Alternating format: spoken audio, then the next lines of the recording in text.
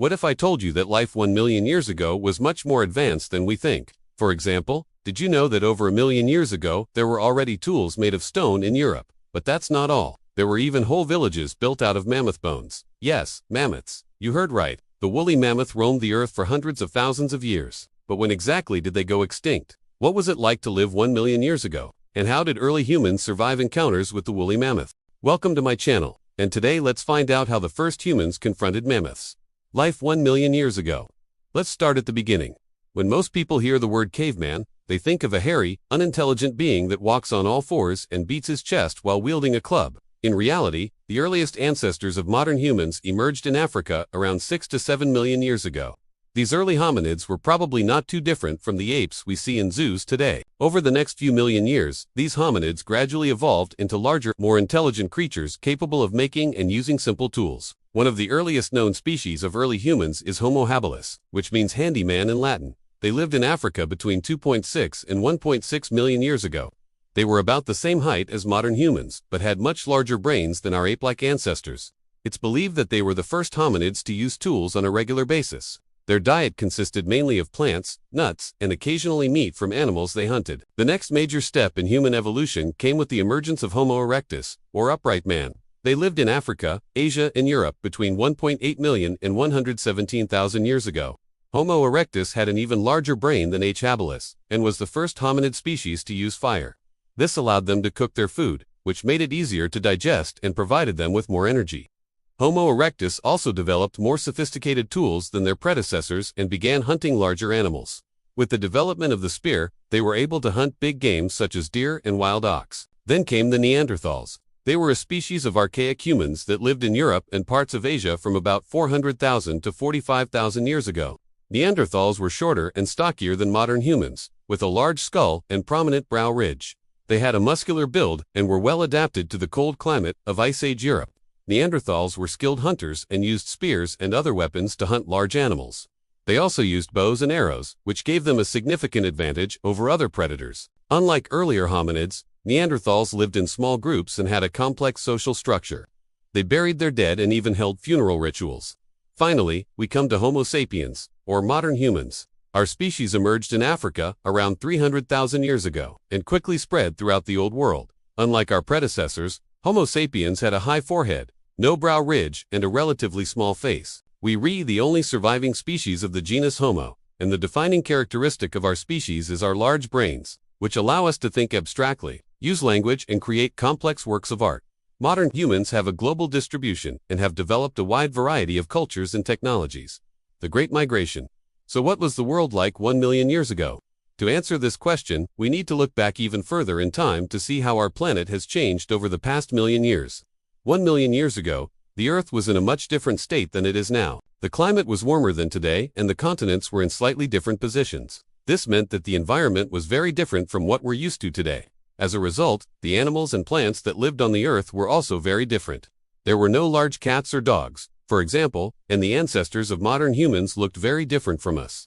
Over the past million years, the Earth has undergone significant changes. The climate has cooled and the continents have shifted. As a result, the environment has changed dramatically. New species have evolved and others have gone extinct.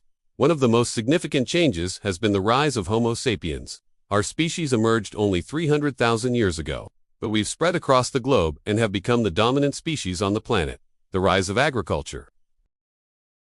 Another major change over the past million years has been the rise of agriculture. Agriculture allowed humans to settle in one place and grow their own food. This led to the development of villages and eventually cities. It also led to the specialization of labor, which allowed for the development of complex societies. Technology has also advanced significantly over the past million years. From the invention of the wheel to the development of the internet, technology has had a profound impact on human society. It's allowed us to communicate with each other more easily, travel more quickly, and accomplish more in less time. Finally, over the past million years, there has been a dramatic increase in the human population. When Homo sapiens emerged 300,000 years ago, there were probably no more than a few thousand of us on the planet. Today, there are more than 7 billion humans alive. This dramatic increase in population has had a profound impact on the environment. We've cut down forests, drained swamps, and raised the sea level. We've also had a major impact on the other species on the planet. We've caused many species to go extinct and others to be on the brink of extinction. Mammoth steppe. Despite all of these changes, the Earth still has a lot in common with what it was like a million years ago. There are still large herds of animals roaming the plains and forests. There are still predators that hunt these herds, and there are still humans trying to survive in this harsh environment. One of the most iconic animals that lived on the Earth a million years ago was the woolly mammoth. The woolly mammoth was a member of the mammoth genus, which first appeared in North America about 5 million years ago. Woolly mammoths were perfectly adapted to life in the cold climate of the mammoth steppe. This biome is characterized by vast grasslands with scattered trees and shrubs. The mammoth steppe is found in northern Eurasia and North America, and is home to a variety of large mammals, including bison, wild horses, and reindeer. The mammoth steppe is also home to a variety of predators, including wolves, bears, and humans. Humans have lived in the mammoth steppe for thousands of years and have relied on the abundant wildlife for food and clothing. The mammoth steppe is a harsh environment, and humans have had to adapt to survive here.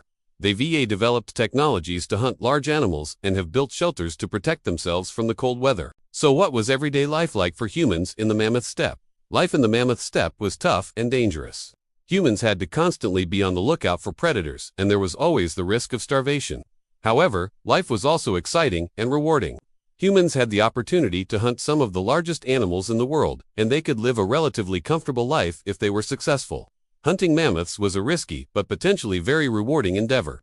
Mammoths were huge and powerful animals, but they were also a valuable source of food and materials for humans. A successful hunt could provide enough food for a group of humans for many days, and the hide could be used to make clothing and shelter.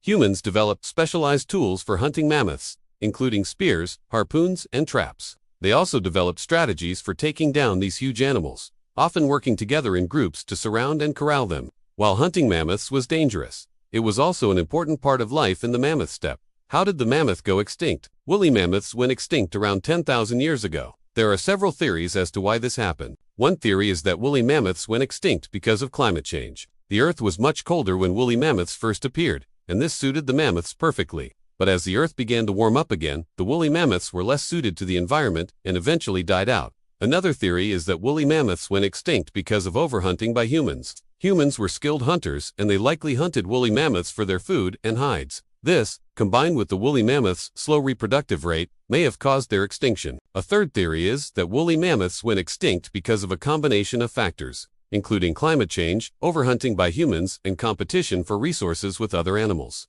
This is the most likely explanation for why woolly mammoths went extinct. Conclusion: the mammoth steppe was a unique biome that supported a variety of large mammals.